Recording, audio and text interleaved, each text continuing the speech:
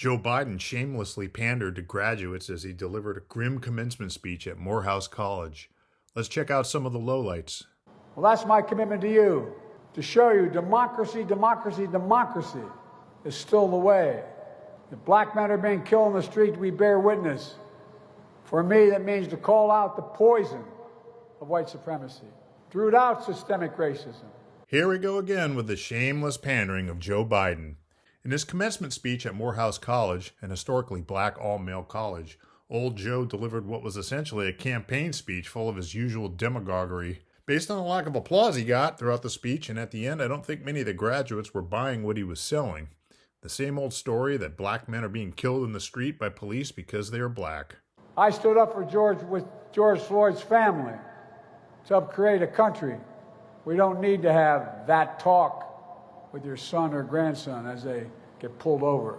All right, the George Floyd reference here is disingenuous. It was made clear at Derek Chauvin's trial that race played no role in the decision to employ the tactics that allegedly led to Floyd's death. But the implication here is that police are killing blacks because they are black. Meanwhile, our president makes no mention of the black-on-black violence occurring in our cities every day and the thousands of innocent lives lost as a consequence. Instead of a trail of broken promises, we're investing more money than ever in black families and black communities.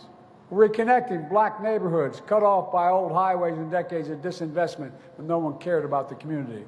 I would like some specifics on this claim that black communities are cut off from other communities by, quote, old highways.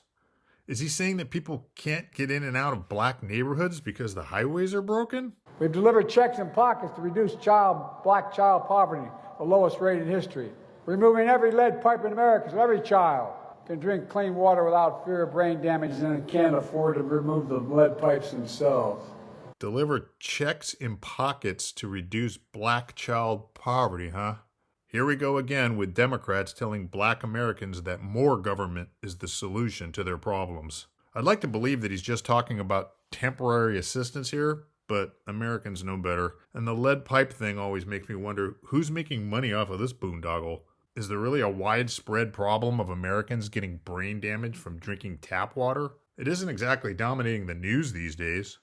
What the hell is he talking about? Instead of forcing you to prove you're 10 times better, we're breaking down doors so you have 100 times more opportunities. Good paying jobs you can raise a family on in your neighborhood. Capital to start small business and loans to buy homes. Health insurance, prescription drugs, housing that's more affordable and accessible.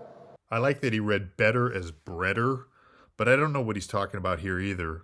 What doors is he breaking down? What has he done? Based on the golf clapping, I don't know that these graduates are really thinking about what the government can do for them. I would think these young men are set up for success given the fact that they're graduating from a well-known university. But here goes Joe again promising a utopian view of society where money falls from the sky. I'm relieving the burden of student debt. Many of you have already had the benefit of it, so I can chase your dream. And the Supreme Court told me I couldn't. I found 2 other ways to do it. And here we go again with the student debt thing. I love how he tells us the Supreme Court told him that it was illegal to forgive student debt, so he just did it anyway. Sounds kind of dictatorial. I'm sorry, for a second there I forgot he was a Democrat. Have a Republican president go around a co-equal branch of government and watch the corporate media lose their minds. What's happening in Gaza and Israel is heartbreaking. Hamas's vicious attack on Israel, killing innocent lives and holding people hostage. I was there 9 days after. Sent pictures of tying a mother and a daughter in a rope, pouring kerosene on them, burning them, and watching as they died. Great speech, Joe. If this commencement gets any better, a funeral may break out. Innocent Palestinians caught in the middle of all this. Men, women, and children killed or displaced in desperate need of water, food, and medicine. It's a humanitarian crisis in Gaza. That's why I've called for an immediate ceasefire. An immediate ceasefire to stop the fighting. Bring the hostages home. Yeah, Joe, a ceasefire isn't going to get the hostages home. It's just going to allow Hamas to win. After all, it was they who broke the peace on October 7th. And it is you who are quite obviously trying to take both sides on this issue in the hopes of being reelected. And I've been working on a deal as we speak, working around the clock to lead an international effort to get more aid into Gaza. rebuild Gaza. I'm also working around the clock for more than just one ceasefire. I'm working to bring the region together. I'm working to build a lasting, durable peace.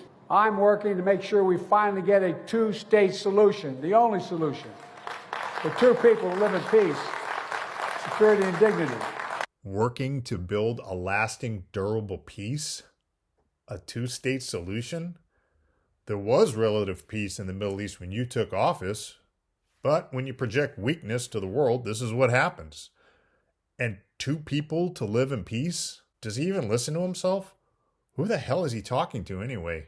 Aside from the faint, polite applause, I get the impression that what's going on in the Middle East might not be the most important thing to these young men as they graduate college and start their lives. I also can't help wondering why he didn't discuss the war in Ukraine, which has been going on for much longer. I guess the suffering over there must not be that bad, notwithstanding the billions of dollars we keep sending them.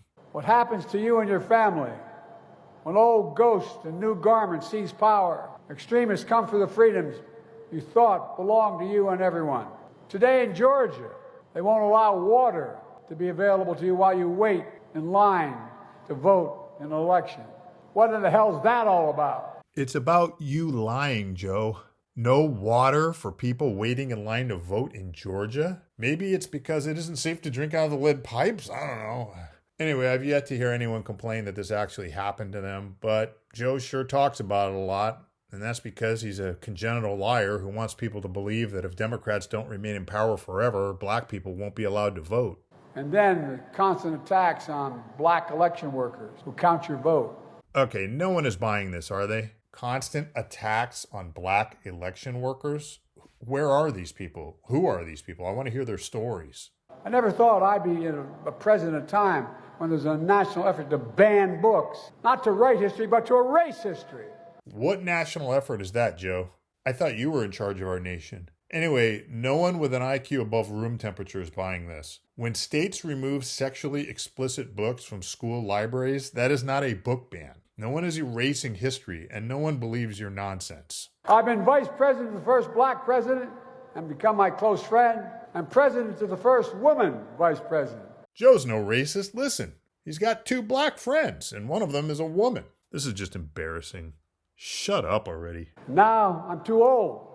Well, finally something we can agree on. God bless you all. We're expecting a lot from you. Thank you. Weak, Joe. Pretty weak.